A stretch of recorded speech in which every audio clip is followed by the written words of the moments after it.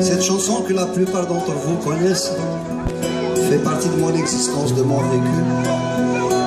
Et lorsque je l'ai faite inconsciemment, comme ça, j'ai automatiquement pensé à maman, à ma mère, donc inévitablement à la vôtre aussi, vu la qualité des relations que l'on a avec ces femmes. Et il me vient du fin fond de mon enfance des images, des sons, des vibrations, des humeurs, même des couleurs, même si je devais avoir 4-5 ans, pas plus. Elle était en train de battre du lait, donc elle a mis dans une calebasse. En faisant ce geste-là, peut-être qu'un certain nombre d'entre vous ont déjà dû voir faire.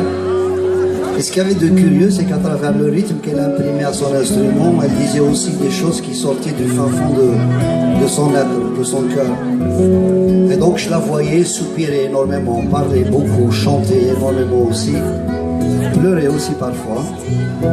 Et vous savez, à 4-5 ans, on ne domine pas tout, on ne comprend pas tout.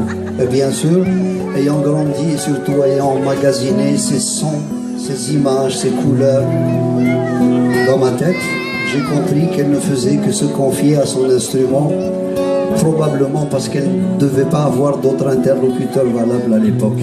Et à travers ce qu'elle disait, du moins ce que j'en ai compris, je voyais défiler dans ma tête le quotidien d'une femme de chez nous, avec ses joies, ses peines.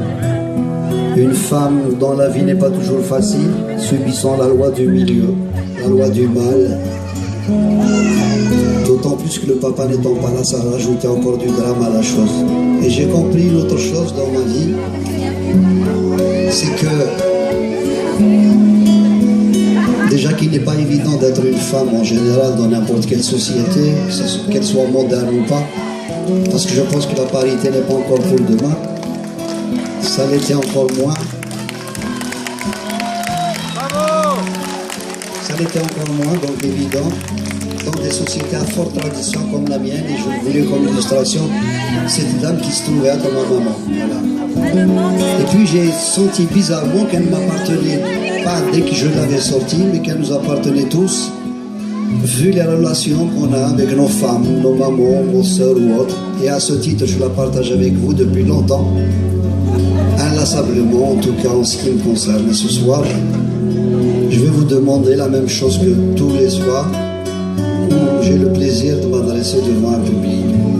Essayez, si vous le voulez, si vous le pouvez, d'avoir l'image claire, lumineuse et surtout précise de celle qui vous a donné la vie, ou tout simplement de celle que vous aimez d'ailleurs. Qu'elle soit au nom de ce monde, je sais qu'elle sera à jamais gravée dans mon cœur.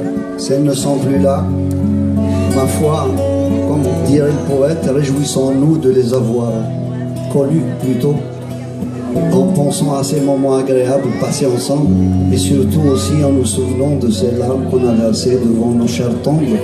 Vous savez, toutes ces larmes qui viennent certainement des mots qu'on n'a pas pu dire, qu'on n'a pas su dire à temps, au moment où il le fallait, et puis de ces choses qu'on n'a pas su ou pu faire.